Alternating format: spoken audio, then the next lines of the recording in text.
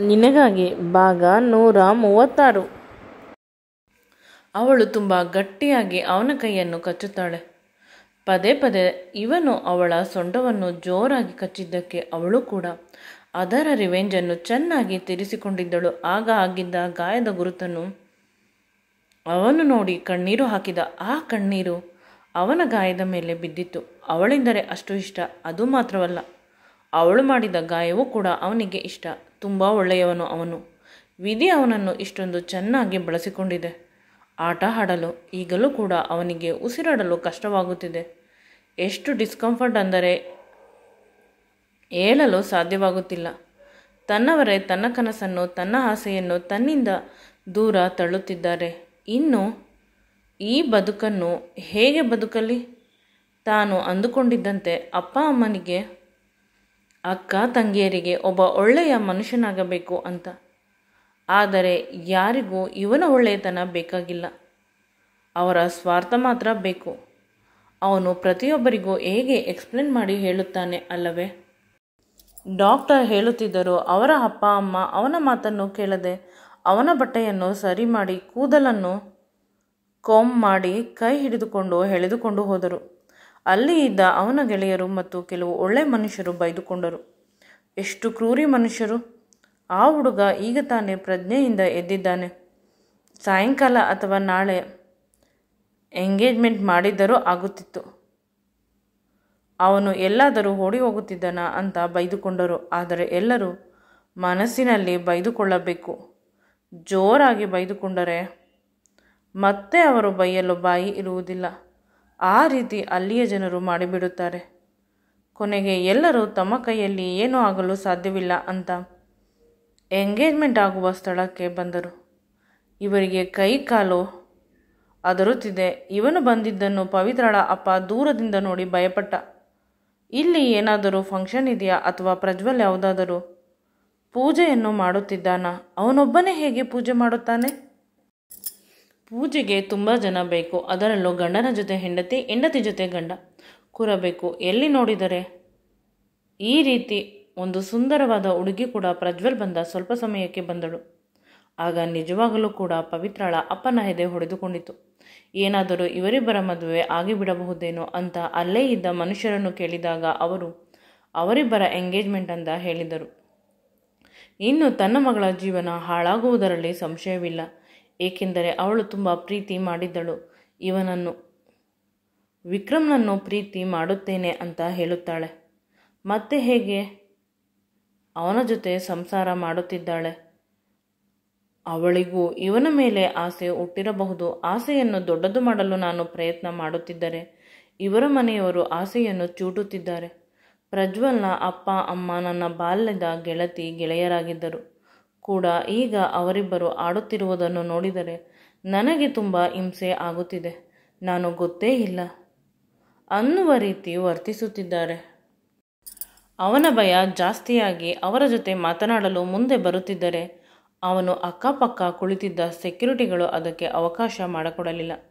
ನೀವು ಇಲ್ಲಿಂದ ಕದಲಬೇಕಾಗಿರುವುದು ಎಂಗೇಜ್ಮೆಂಟ್ ಆದ ನಂತರ, ಇಲ್ಲವಾದರೆ ನಮ್ಮ ಕೈಯಲ್ಲಿ ಒಂದೊಂದೇ ಅಸ್ತ್ರಗಳಿವೆ ಅಂತ ಅವರು ತಾವು ತಂದಿದ್ದ ಮಾರಕಾಸ್ತ್ರಗಳನ್ನು ತಮ್ಮ ಜೇಬಿನಲ್ಲಿ ಇಟ್ಟುಕೊಂಡು ಒಂದೊಂದನ್ನೇ ತೋರಿಸಿದರು. ಆಗ ಅವನು ಭಯದಿಂದ ಅಲ್ಲೇ ಕುಳಿತುಕೊಂಡ. ಈಗ ನಿಜವಾಗಲೂ ಪ್ರಾಣ ಭಯ ಆಗುತ್ತಿದೆ. ತಾನು ಬದುಕಿದ್ದರೆ ತನ್ನ ಮಗಳನ್ನು ನೋಡಿಕೊಳ್ಳಬಹುದು. ತಾನೇ ಸತ್ತು ಹೋದರೆ ಅಂತ ಅವನು ನಿಜವಾಗಲೂ ತುಂಬ ಹೆದರುತ್ತಿದ್ದಾನೆ. ಬೇಗ ಬೇಗ ಹೋಗಿ ನಾನು ಪ್ರಜ್ವಲ್ನನ್ನು ನೋಡಬೇಕು. ಇಂದು ಹಗಲಿನ ಕನಸಿನಲ್ಲಿ ನಾನು ಅವನನ್ನು ದೂರ ತಳ್ಳಿದೆ. ಅವನು ಬಿದ್ದು ಹೋದ. ನನಗೆ ತುಂಬ ನೋವಾಗುತ್ತಿದೆ. ಅವನಿಗೆ ಏನಾಗಿದೆಯೋ? ರಕ್ತ ಬರುತ್ತಿದೆ ಅವನ ಕೈಯಲ್ಲಿ ಅಂತ ಇವಳು ಹೇಳುತ್ತಿದ್ದಾಳೆ. ಅವಳ ಗೆಳತಿ, ಅದು ಕನಸು ಕಣೆ, ನಿಜ ಆಗುವುದಿಲ್ಲ. ಕನಸಿನಲ್ಲೂ ಕೂಡ ನಾನು ಆ ರೀತಿಯ ನೋವನ್ನು ಅವನಿಂದ ನಿರೀಕ್ಷೆ ಮಾಡುವುದಿಲ್ಲ ಅಂತ ಅಳುತ್ತಿದ್ದಾಳೆ. ಅವಳ ಗೆಳತಿ ಮನಸ್ಸಿನಲ್ಲಿ ಬೈದುಕೊಂಡಳು. ಇವಳು ಕನಸಿನಲ್ಲೂ ಕೂಡ ಅವನನ್ನು ಪ್ರೀತಿ ಮಾಡುತ್ತಿದ್ದಾಳೆ. ಹಗಲುಗನಸಿನಲ್ಲಿ ನಿಜವಾಗಲು. ಆದರೆ ಆ ಪ್ರೀತಿಯನ್ನು ನಿಜವಾಗಲೂ ನಾನು ಮಾಡುತ್ತಿದ್ದೇನೆ ಅಂತ ಒಪ್ಪಿಕೊಳ್ಳಲು, ಅದನ್ನು ಅರ್ಥ ಮಾಡಿಕೊಳ್ಳಲು ಮಾತ್ರ ತಯಾರಿಲ್ಲ. ಪಾಪ ಪ್ರಜ್ವಲ್ ಏನು ಪಾಪ ಮಾಡಿದ್ದಾನೆ, ಯಾವ ಜನ್ಮದ ಕರ್ಮವೋ ಅವನಿಗೆ ಈ ರೀತಿಯ ದಡ್ಡಿ ಹುಡುಗಿ ಸಿಗುತ್ತಿದ್ದಾಳೆ. ಇವಳಿಗೆ ಪ್ರೀತಿಯ ಪರಿಭಾಷೆಯನ್ನು ಅರ್ಥ ಮಾಡಿಸಿ ಅವನು ಯಾವಾಗ ಮದುವೆ ಆಗುತ್ತಾನೆ? ಅವಳನ್ನು ಇವಳು ಯಾವಾಗ ನೆಮ್ಮದಿಯಾಗಿ ಬದುಕುತ್ತಾಳೆ? ಇದನ್ನು ನೆನೆಸಿಕೊಂಡು ತಲೆ ಚಿಟ್ಟಂತ ಇದೆ. ಅವಳ ಗೆಳತಿಗೆ ನಾನು ಏಕಾದರೂ ಇವಳ ಜೊತೆ ಬಂದನೋ ಅಂತ ಬಂದು ಆಗಿದೆ. ಇನ್ನೇನು ಮಾಡುವುದು, ಅನುಭವಿಸಲೇಬೇಕು. ನೀರಿಗೆ ಹಾರಿ ಆಗಿದೆ. ಅವಳ ಆಟವನ್ನು ಒಂದು ಕಡೆ ಕುಳಿತುಕೊಂಡು ನೋಡುವುದು ಅಷ್ಟೇ. ನಾವು ಹೇಳಿದ ಬುದ್ಧಿ ಮಾತನ್ನು ಮಾತ್ರ ಅವಳು ಕೇಳುವುದಿಲ್ಲ. ಅದಕ್ಕೆ ಅವಳು ಏನು ಮಾಡುತ್ತಾಳೆ ಅದನ್ನು ಕಣ್ಣು ತೆಗೆದುಕೊಂಡು ನೋಡುವುದು. ಸಾಧ್ಯವಾಗದಿದ್ದರೆ ಕಣ್ಣು ಮುಚ್ಚಿಕೊಂಡು ಮಲಗಿದರೂ ಆಯಿತು ಅಲ್ಲವೇ? ಚೆನ್ನಾಗಿ ನಿದ್ರೆ ಮಾಡಿದಳು. ಇವಳ ಆಟವನ್ನು ನನ್ನ ಕೈಯಲ್ಲಿ ನೋಡಲು ಶಕ್ತಿ ಇಲ್ಲ ಅಂತ. ಕಾರು ಕರೆಕ್ಟಾಗಿ ಪ್ರಜ್ವಲ್ ಮನೆ ಮುಂದೆ ಬಂತು. ಅವನ ಮನೆಯ ಮುಂದೆ ತುಂಬ ಜನರು ಇದ್ದಾರೆ. ಮನೆಯನ್ನು ತುಂಬ ಚೆನ್ನಾಗಿ ಅಲಂಕಾರ ಮಾಡಿದ್ದಾರೆ. ಅದು ಮನೆ ರೀತಿ ಕಾಣುತ್ತಿಲ್ಲ, ಪ್ಯಾಲೇಸ್ ರೀತಿ. ಪವಿತ್ರ ಅನುಮಾನದಿಂದ ನೋಡಿದಳು. ಪುನಃ, ಅಣ್ಣ, ನೀವು ಕರೆಕ್ಟಾಗಿ ಇದೇ ಅಡ್ರೆಸ್ಗೆ ಕರೆದುಕೊಂಡು ಬಂದಿದ್ದೀರಾ? ಇದು ನಿಜವಾಗಲೂ ಪ್ರಜ್ವಲ್ ಮನೆಯ ಅಂತ ಕೇಳುತ್ತಿದ್ದಳು.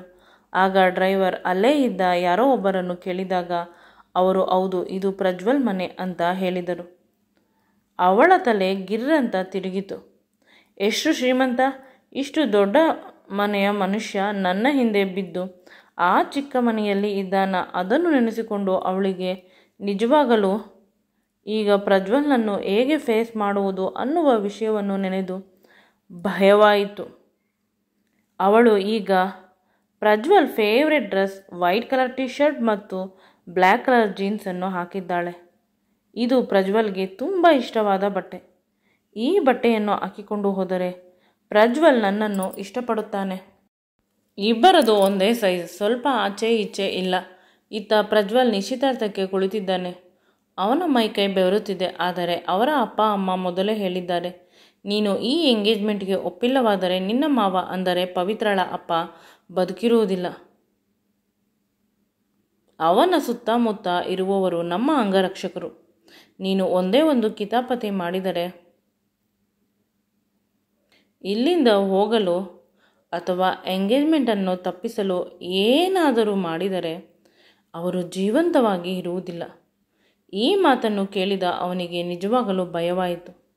ನನ್ನ ಬದುಕು ಹೇಗಾದರೂ ಪರವಾಗಿಲ್ಲ, ಅಕಸ್ಮಾತ್ ಪವಿತ್ರಳ ಅಪ್ಪ ಹೊರಟು ಹೋದರೆ ಅವಳು ಜೀವನ ಪರ್ಯಂತ ದುಃಖ ಪಡುತ್ತಾಳೆ. ಆ ದುಃಖಕ್ಕೆ ನಾನು ಕಾರಣ ಅನ್ನುವುದನ್ನು ನೆನೆಸಿಕೊಂಡು ನಾನು ಇನ್ನೂ ದುಃಖ ಪಡುತ್ತೇನೆ.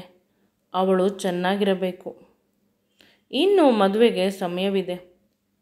ಅಷ್ಟರಲ್ಲಿ ಏನಾದರೂ ಗೋಲ್ಮಾಲ್ ಮಾಡೇ ಮಾಡುತ್ತಾನೆ. ನಾನು ಪವಿತ್ರಳನ್ನು ಬಿಟ್ಟು ಇನ್ಯಾರಿಗೂ ಕಟ್ಟುವುದಿಲ್ಲ ತಾಳಿ. ಕಟ್ಟುವುದು ಒಂದೇ ಬಾರಿ, ಅದು ಕಟ್ಟಿ ಆಯಿತು ಅಂತ ಯೋಚಿಸಿದ್ದ. ಒಳಗೆ ಬರಬೇಕಾದಾಗ ಪ್ರತಿಯೊಬ್ಬರೂ ಅವಳನ್ನು ವಿಚಿತ್ರ ಕಣ್ಣಿಂದ ನೋಡುತ್ತಿದ್ದರು. ಆದರೆ ಸ್ವಲ್ಪ ಒಳಗೆ ಬಂದ ಮೇಲೆ ತುಂಬ ಜನ ಇದ್ದಿದ್ದರಿಂದ ಇವಳನ್ನು ಗಮನಿಸುವ ಪುರುಸೊತ್ತು ಅಲ್ಲಿ ಯಾರಿಗೂ ಇರಲಿಲ್ಲ. ತುಂಬ ಜನರು ಇದ್ದರು. ಎಲ್ಲರೂ ಶ್ರೀಮಂತರು ಅಂತ ಅನಿಸುತ್ತದೆ. ಎಲ್ಲರೂ ಚಂದದ ಸೀರೆಗಳನ್ನು ಹಾಕಿದ್ದರು. ನನ್ನನ್ನು ನೋಡಿದರೆ ಬೈದುಕೊಳ್ಳುತ್ತಾರೆ ಅಂತ ಅವಳು ಸೈಡಿನಲ್ಲಿ ಹೋದಳು. ಒಳಗಡೆ ಅವಳು ಮನೆಯ ಎದುರುಗಡೆ ಇದ್ದ ಹೊಸಲಿಂದ ಕಾಲನ್ನು ಒಳಗೆ ಇಟ್ಟಾಗ ಬಲಗಾಲನ್ನು ಇಟ್ಟಳು. ಇದು ನನ್ನ ಮನೆ. ಇಂದು ನನ್ನ ಗೃಹ ಪ್ರವೇಶ ಆಗಬೇಕಿತ್ತು. ಆದರೆ ನಾನು ಮಾಡಿದ ಅವಾಂತರದಿಂದ ನನ್ನ ಎಲ್ಲ ಸೌಭಾಗ್ಯವನ್ನು ಕೈಯಾರ ಹಾಳು ಮಾಡಿಕೊಂಡೆ. ಆದರೂ ಪರವಾಗಿಲ್ಲ, ಬಲಗಾಲಿಟ್ಟು ಹೋಗುತ್ತೇನೆ ಒಳಗಡೆ. ಈ ಮನೆಯಲ್ಲಿ ಸುಖ, ಸಮೃದ್ಧಿ, ಶಾಂತಿ, ಐಶ್ವರ್ಯ ಚೆನ್ನಾಗಿ ನೆಲೆಸಲಿ ಅಂತ. ಇದೇ ಮೊದಲ ಬಾರಿ ಸ್ವಲ್ಪ ಎಮೋಷ್ನಲ್ ಆಗಿ ಅವಳು ಈ ಮನೆಯಲ್ಲಿರುವ ಎಲ್ಲರಿಗೂ ಕೂಡ ಒಳ್ಳೆಯದಾಗಲಿ ಅಂತ ಬೇಡಿಕೊಂಡಳು. ಒಂದು ಒಳ್ಳೆಯ ಸೊಸೆಯ ಲಕ್ಷಣಗಳು ಅವಳಲ್ಲಿ ಕ್ರಮೇಣ ಹೆಚ್ಚಾಗುತ್ತಿದೆ. ಜೋರಾಗಿ ಶಾಸ್ತ್ರದ ಶಬ್ದ ಕೇಳಿಸುತ್ತಿದೆ. ಈ ಮನೆಯಲ್ಲಿ ಯಾವುದಾದರೂ ಪೂಜೆಯ ಒಂದು ರೀತಿ ಸಂತೆ ಥರ ಇದೆ. ಇಲ್ಲಿ ನಾನು ಹೇಗೆ ಪ್ರಜ್ವಲನ್ನು ಹುಡುಕುವುದು ಅಂತ ಒಳಗೆ ಬಂದಾಗ ಮದುಮಗನಾಗಿ ಕುಳಿತಿದ್ದ ಒಂದು ಸುಂದರವಾದ ಹುಡುಗಿಯ ಜೊತೆಯಲ್ಲಿ. ಹುಡುಗಿ ತುಂಬ ಚೆನ್ನಾಗಿದ್ದಾಳೆ. ತುಂಬ ಅಗಲವಾದ ರೇಷ್ಮೆ ಸೀರೆಯನ್ನು ಉಟ್ಟಿದ್ದಾಳೆ. ಕತ್ತಿಗೆ ಹಾರ ಹಾಕಿದ್ದಾರೆ. ಪ್ರಜ್ವಲ್ ಕೂಡ ಮದುಮಗನ ಬಟ್ಟೆಯಲ್ಲಿ ಕುಳಿತಿದ್ದಾನೆ. ಕತ್ತಿಗೆ ಹಾರವನ್ನು ಹಾಕಿಕೊಂಡಿದ್ದಾನೆ. ಅದನ್ನು ನೋಡಿ ಪವಿತ್ರಳ ತಲೆ ತಿರುಗಿತು. ಅವಳು ಕೆಳಗೆ ಬೀಳಬೇಕು. ಅಷ್ಟರಲ್ಲಿ ಅವಳ ಗೆಳತಿ ಬಂದು ಹಿಡಿದುಕೊಂಡಳು.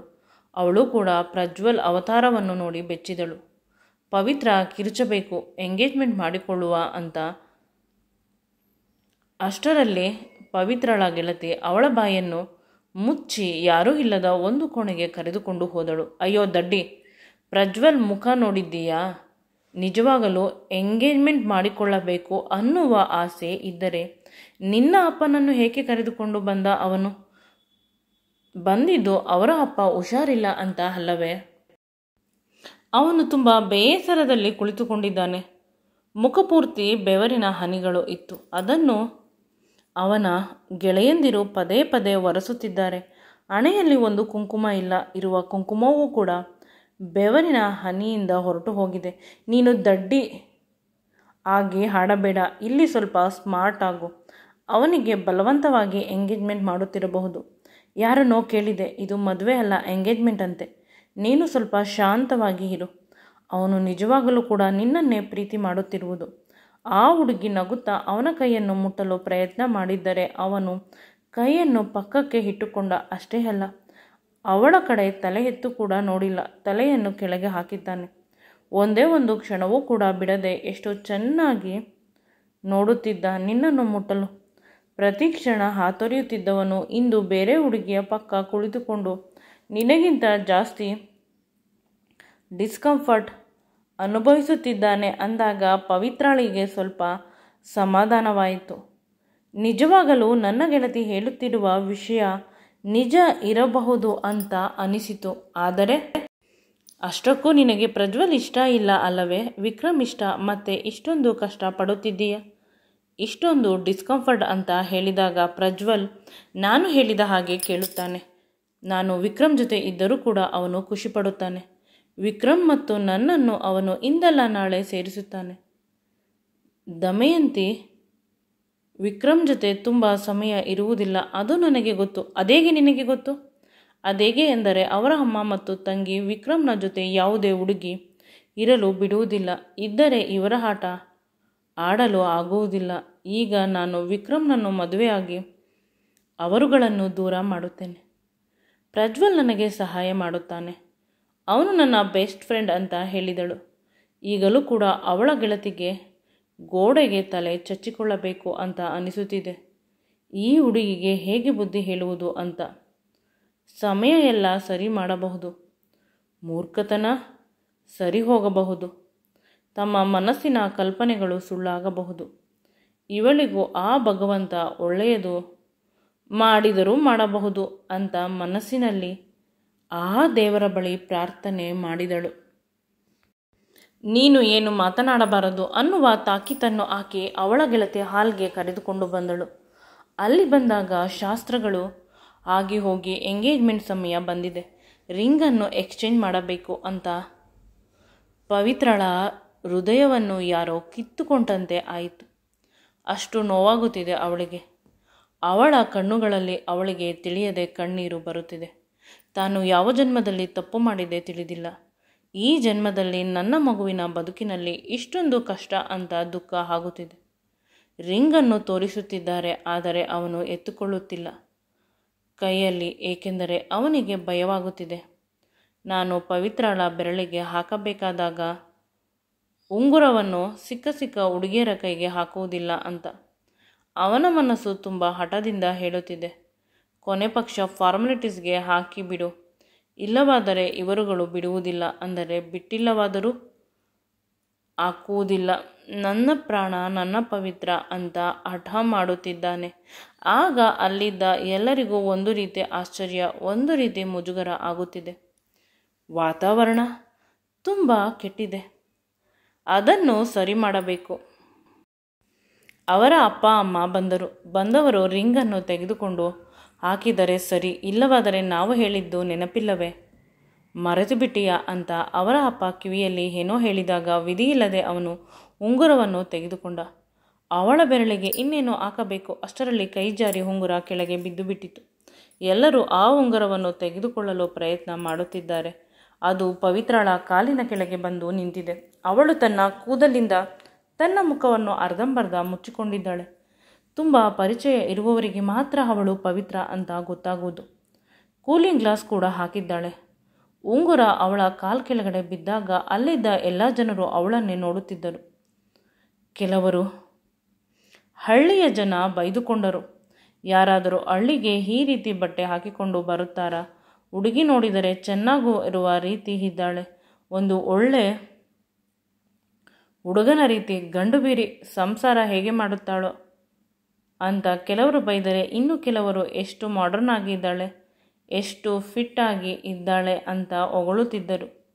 ಉಂಗುರ ತೆಗೆದುಕೊಳ್ಳುವುದನ್ನು ಮರೆತು ಗೆಳೆಯಂದಿರೆಲ್ಲ ಹೇಳುತ್ತಿದ್ದಾರೆ, ನೋಡು ಆ ಹುಡುಗಿ ಎಷ್ಟು ಸುಂದರವಾಗಿದ್ದಾಳೆ. ಸುಂದರವಾದ ಹುಡುಗಿಯ ಕಾಲಿನ ಕೆಳಗಡೆ ಉಂಗುರ ಬಿದ್ದಿದೆ. ನೀನು ಎಷ್ಟು ಅದೃಷ್ಟವಂತ. ಅವಳ ಕಾಲ ಕೆಳಗೆ ಬಿದ್ದಿರುವ ಉಂಗುರವನ್ನು ನೀನು ಮದುವೆ ಆಗುವ ಹುಡುಗಿಗೆ ಹಾಕುತ್ತಿದ್ದೀಯ ಅಂದಾಗ ಪ್ರಜ್ವಲ್ಗೆ ಕೋಪ ಬಂತು. ಅವನ ಕಣ್ಣಿಗೆ ಪವಿತ್ರಳನ್ನು ಬಿಟ್ಟರೆ ಈ ಪ್ರಪಂಚದಲ್ಲಿ ಇನ್ಯಾರೂ ಸುಂದರವಾಗಿಲ್ಲ ಅಂತ. ಕೊನೆಗೆ ಕೋಪದಿಂದ ಎದುರುಗಡೆ ನಿಂತಿದ್ದ ಆ ಹುಡುಗಿಯನ್ನು ನೋಡಿದಾಗ ಅವನ ಮನಸ್ಸಿಗೆ ಸಂತಸವಾಯಿತು, ಖುಷಿಯಾಯಿತು. ಯಾವ ರೀತಿ ಎಂದರೆ ಅದು ಶಬ್ದಗಳಲ್ಲಿ ವರ್ಣಿಸಲು ಸಾಧ್ಯವಿಲ್ಲ. ಅವನು ಮರಳು ಭೂಮಿಯಂತಹ ಬದುಕಿಗೆ ನೀರಿನ ಅಲೆ ಅಂದರೆ ಮಳೆಯ ನೀರು ಬಂದಂತೆ ಅವನಿಗೆ ಭಾಸವಾಯಿತು. ಅವಳು ಕೂದಲನ್ನು ಕವರ್ ಮಾಡಿದ್ದರೂ ಕೂಡ ಅಷ್ಟೇ. ಏಕೆ ಸಂಪೂರ್ಣವಾಗಿ ಮುಖವನ್ನು ಮಾಡಿದ್ದರೂ ಅವಳು ಯಾರು ಅನ್ನುವುದು ಅವನಿಗೆ ಅರ್ಥವಾಗುತ್ತಿದೆ. ಈಗ ಅವನು ಅವಳನ್ನೇ ತದೇಕ ದೃಷ್ಟಿಯಿಂದ ನೋಡುತ್ತಿದ್ದಾನೆ. ನನ್ನ ಪವಿತ್ರ ಬಂದಿದ್ದಾಳೆ. ಅವನಿಗೆ ಖುಷಿಯಾಯಿತು, ಮುಖದಲ್ಲಿ ಆನಂದ ಬಂತು. ಅವಳ ಕಾರ್ ಬಳಿ ಹೋಗಿ ಅವನೇ ಉಂಗುರವನ್ನು ತೆಗೆದುಕೊಂಡು ಬಂದ.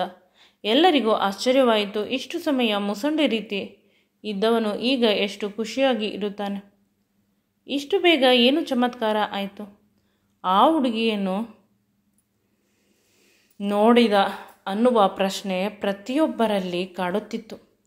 ಮದುವೆಯಾಗುವ ಹುಡುಗಿಯ ಬೆರಳಿಗೆ ರಿಂಗ್ ಹಾಕಿಸುತ್ತಿದ್ದರು ಅವನ ಅಕ್ಕಪಕ್ಕ ಇದ್ದವರು. ಆಗ ಒಂದು ದುರ್ಘಟನೆ ನಡೆದು ಹೋಯಿತು. ಹುಡುಗಿಯ ಅಪ್ಪನಿಗೆ ಹಾರ್ಟ್ ಅಟ್ಯಾಕ್ ಆಯಿತು. ಅವನು ಕೆಳಗೆ ಕುಸಿದ. ಅವನು ಕುಸಿದ ತಕ್ಷಣ ಅಲ್ಲಿ ಪರೀಕ್ಷೆ ಮಾಡಿ ಅರ್ಜೆಂಟಾಗಿ ಆಸ್ಪತ್ರೆಗೆ ಅಡ್ಮಿಟ್ ಮಾಡಬೇಕು ಅಂತ ಆ್ಯಂಬುಲೆನ್ಸನ್ನು ಕರೆಸಿ ಅವರು ಆ ಮನುಷ್ಯನನ್ನು ಕರೆದುಕೊಂಡು ಹೋದರು. ಹುಡುಗಿಯ ಮನೆಯವರು ಎಲ್ಲರೂ ಅಳುತ್ತಾ ಗಾಬರಿಯಾಗಿ ಆಸ್ಪತ್ರೆಯ ಕಡೆ ಉಟ್ಟ ಬಟ್ಟೆಯಲ್ಲಿ ಓಡಿದರೆ ಪ್ರಜ್ವಲ್ ಅಪ್ಪ, ಅಮ್ಮ, ಅಕ್ಕಂದಿರು ಎಲ್ಲರೂ ಕೂಡ ಹೊರಟು ಹೋದರು. ಈಗ ಮನೆಯಲ್ಲಿ ಇರುವುದು ಕೆಲಸದವರು ಮತ್ತು ಪ್ರಜ್ವಲ್ನ ಕೆಲವು ಸಂಬಂಧಿಕರು ಮತ್ತು ಗೆಳೆಯರು. ಊರಿನ ಜನರು ಕೂಡ ಎಂಗೇಜ್ಮೆಂಟ್ ಇಂದು ಮಾಡುವುದಿಲ್ಲ. ಅಪಶಕುನ ನಡೆದು ಹೋಯಿತು. ನನಗೆ ಗೊತ್ತಿತ್ತು, ಏನೋ ಒಂದು ಕೆಟ್ಟ ಯೋಚನೆ ಮನಸ್ಸಿನಲ್ಲಿ ನಡೆಯುತ್ತಿತ್ತು. ಎಂಗೇಜ್ಮೆಂಟ್ ನಡೆಯುವುದಿಲ್ಲ ಅಂತ ಒಬ್ಬೊಬ್ಬರು ಒಂದೊಂದು ರೀತಿ ಮಾತನಾಡುತ್ತಿದ್ದಾರೆ. ಕೆಲವರು ಹುಡುಗಿ ಸರಿಯಿಲ್ಲ ಅಂದರೆ, ಇನ್ನು ಕೆಲವರು ಹುಡುಗ ಸರಿಯಿಲ್ಲ ಅಂತ. ಇವರುಗಳು ಗಾಸಿಪ್ ಮಾಡುವುದರಲ್ಲಿ ಬ್ಯುಸಿಯಾಗಿದ್ದಾರೆ. ಅತ್ತ ಪ್ರಜ್ವಲ್ ಪವಿತ್ರಾಳನ್ನು ಯಾವಾಗ ಸೇರುವುದು ಅಂತ ತವಕದಿಂದ ಆತೊರೆಯುತ್ತಿದ್ದಾನೆ. ಮನೆಯಲ್ಲಿ ಜನರು ಖಾಲಿಯಾದ ತಕ್ಷಣ ಅವನು ನಾನು ರೆಸ್ಟ್ ಮಾಡಬೇಕು ಅಂತ ಹೋದವನು ಸುಮ್ಮನೆ ಹೋಗಲಿಲ್ಲ. ತನ್ನ ಪಕ್ಕ ಇದ್ದ ಪವಿತ್ರಳ ಕೈ ಮತ್ತು ಬಾಯಿ ಎರಡನ್ನೂ ಮುಚ್ಚಿ ಗಟ್ಟಿಯಾಗಿ ಎಳೆದುಕೊಂಡು ಹೋದ. ಅವನು ಹೋಗಬೇಕಾದಾಗ ಅಲ್ಲಿ ಯಾರೂ ಇರಲಿಲ್ಲ. ಯಾರೂ ಇಲ್ಲದ ರೂಮಿಗೆ ಕರೆದುಕೊಂಡು ಹೋಗಿ ರೂಮಿನ ಚಿಲಕವನ್ನು ಗಟ್ಟಿಯಾಗಿ ಹಾಕಿದ. ಅವಳ ಕೈಯನ್ನು ಹಿಡಿದುಕೊಂಡು, ನಿನಗಾಗಿ ನಾನು ಕಾಯುತ್ತಿದ್ದೆ, ಹೇಗೆ ಬಂದೆ ಅಂತ ಕೇಳಿದ. ಆಗ ಅವಳು ಮುಖವನ್ನು ಸಿಂಡರಿಸಿಕೊಂಡು, ನಾನು ಬಂದಿದ್ದು ನಿನಗೆ ಏನಾದರೂ ಡಿಸ್ಟರ್ಬ್ ಆಯಿತಾ? ಒಂದು ದೊಡ್ಡ ಸರ್ಪ್ರೈಸ್ ನಾನು ಕೊಟ್ಟೆ ಅಲ್ಲವೇ ಅಂತ ಹೇಳಿದಳು. ಅವನು ತನ್ನ ಸಮಸ್ಯೆಯನ್ನು ವಿಸ್ತಾರವಾಗಿ ಹೇಳಬೇಕು ಅಂತ ಅಂದುಕೊಂಡ. ಅಷ್ಟರಲ್ಲಿ ಅವಳು ಗೋಡೆಯ ಕಡೆಗೆ ಅವನನ್ನು ಜೋರಾಗಿ ತಳ್ಳಿದಳು. ನಂತರ ಅವಳು ಅವನ ಎದುರಿಗೆ ಹೋಗಿ ನಿಂತುಕೊಂಡು ಅವಳ ತುಟಿಗಳಿಂದ ಅವನ ಹಣೆ ಮತ್ತು ಕಣ್ಣುಗಳಿಗೆ, ಕೆನ್ನೆಗೆ ನಿಧಾನವಾಗಿ ಮುತ್ತನ್ನು ಕೊಡಲು ಬಂದಳು. ಇದೇ ಮೊದಲ ಬಾರಿ ಅವಳೇ ಮುತ್ತು ಕೊಡುತ್ತಿರುವುದು. ಅವನಿಗೆ ಆಶ್ಚರ್ಯ, ಇದೆಲ್ಲ ಹೇಗೆ ಆಗುತ್ತಿದೆ ಅಂತ. ಅವಳು ಹತ್ತಿರ ಹೋದಂತೆ ಇಬ್ಬರ ಉಸಿರು ಎಕ್ಸ್ಚೇಂಜ್ ಆಗುತ್ತಿದೆ. ಉಸಿರಾಟ ಜೋರಾಗುತ್ತಿದೆ. ಇದು ಜಾಸ್ತಿ ಆದಂತೆ ಅವಳ ತುಟಿಗಳು ಅವನ ಮೂಗಿನ ಮೇಲೆ ಮುತ್ತನ್ನು ಕೊಡುತ್ತಿದ್ದವು. ಇವನಿಗೆ ಕಂಟ್ರೋಲ್ ಮಾಡಿಕೊಳ್ಳಲು ಸಾಧ್ಯವಾಗದೆ ಅವಳ ತುಟಿಗಳ ಬಳಿ ತನ್ನ ತುಟಿಗಳನ್ನು ತಂದು ನಿರಂತರವಾಗಿ ಮುತ್ತುಗಳನ್ನು ಕೊಡುತ್ತಿದ್ದಾನೆ. ಒಂದು ಸುಂದರವಾದ ದೊಡ್ಡ ಪಯಣ. ಈ ಮುತ್ತು ಕೊಡುವುದು ಅವನಿಗೆ. ಒಮ್ಮೆ ಅವಳಿಗೆ ಮುತ್ತು ಕೊಡಲು ಆರಂಭಿಸಿದರೆ 10 ನಿಮಿಷಗಳ ಕಾಲ ಬಿಡುವುದಿಲ್ಲ. ಈಗಲೂ ಕೂಡ ಅವಳ ಸೊಂಟವನ್ನು ಗಟ್ಟಿಯಾಗಿ ಹಿಡಿದುಕೊಂಡು ನಿರಂತರವಾಗಿ ಅವಳಿಗೆ ಚುಂಬಿಸುತ್ತಿದ್ದಾನೆ. ಅವಳು ಅವಳಿಗೆ ತಿಳಿಯದೆ ಅವನಿಗೆ ಸಂಪೂರ್ಣವಾಗಿ ಸಹಕಾರ ನೀಡುತ್ತಿದ್ದಾಳೆ. ಪ್ರಜ್ವಲ್ನ ಪ್ರೀತಿಯ ಮಾಯೆಯಲ್ಲಿ ಅವಳು ಸಂಪೂರ್ಣವಾಗಿ ಬಿದ್ದು ಹೋಗಿದ್ದಾಳೆ. ಅವನಿಗೆ ಏನು ಮಾಡಬೇಕು ಅದೆಲ್ಲವನ್ನು ಇವಳಿಗೆ ತಿಳಿಯದೆ ಮಾಡುತ್ತಿದ್ದಾಳೆ. ಮುಂದೆ ಈ ವಿಡಿಯೋ ನಿಮಗೆ ಇಷ್ಟವಾಗಿದ್ದಲ್ಲಿ ನನ್ನ ಚಾನಲನ್ನು ಲೈಕ್ ಮಾಡಿ, ಶೇರ್ ಮಾಡಿ ಮತ್ತು ಸಬ್ಸ್ಕ್ರೈಬ್ ಮಾಡಿ. Thanks for watching.